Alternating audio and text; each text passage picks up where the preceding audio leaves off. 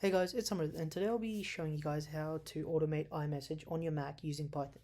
So basically, we'll be writing a script that is going to open up the Messages app for us and then type in a message and then send that message. Now, if you want to do something more with this, for example, we'll be writing a for loop that's going to send the same message however many times we want. So let's say if you want to annoy a friend by spamming them, you can do that. So there are a few prerequisites for us to begin. The first one being the module Pynput. So if you don't have that, you can just open up terminal and type in Python and whatever version of Python you're using. I'm using 3.9, then -m, and then pip install Pynput. And this should install all the requirements that you need. Mine are already satisfied because I have it installed.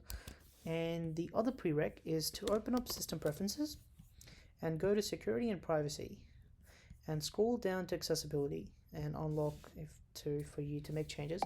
And you just want to give VS Code access to control your computer, and that's pretty much it.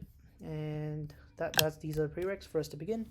So basically, we'll make a file in your choice of IDE. I'm using VS Code, so we'll make a file called messages.py, and in this we want to import OS, then we want to import time, and then from pyinput.keyboard we want to import key and controller.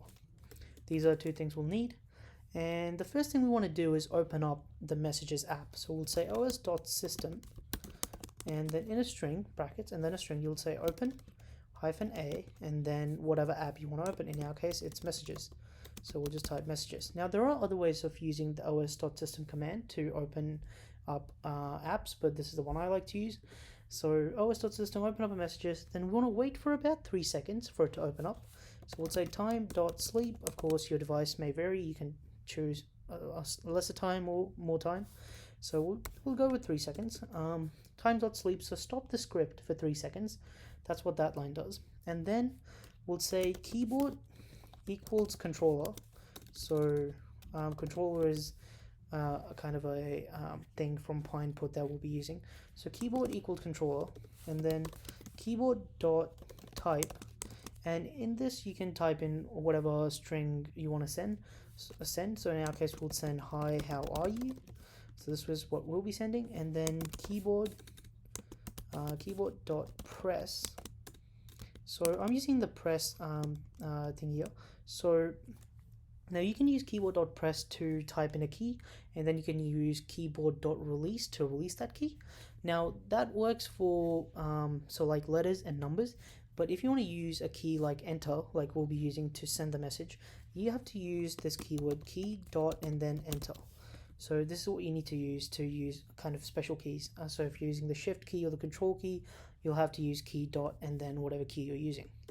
So this is it. That's pretty much the script. The script is done. So it opens up the system. So it opens up the Messages app. It stops the script for 3 seconds. So we're giving the system to open up the app.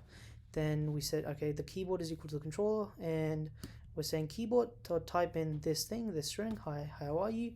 So with this keyboard.type, so whatever app or application you have open up, and of course if there's space to type something, it just starts typing in that application. So whenever we open up the Messages app, it already has chosen the message box, so we can just start typing in it. So it starts typing hi, how are you, then it just presses the enter key and sends the message. So let's run the script and see what happens. So it should open up Messages for us, and then it starts sending messages. So in this case, it didn't complete the entire thing because I think we didn't give it enough time. So let's say time.sleep again, time.sleep for maybe 1 second. So let the script type in the entire message, and if we run this, it should open up Messages and then type in the entire message, hi, how are you, and then send it. So that's one thing we can do. Now to put this in a loop, all we need to do is go all the way up here and write for I in range. So this is how you write a for loop, and we'll say about 10 times. And you can pick however many times you want. And of course, just make sure you indent these. That is very important if you're writing a for loop. So once you're indented, so what this for loop is going to do, it's saying it's going to run 10 times. So it's going to type in hi, how are you, then it's going to just wait for 1 second, then press the enter key, then 1 all the way again. So we can play this loop, this script, and it's going to open up messages, wait for 3 seconds, and then start typing, and then just start sending the message.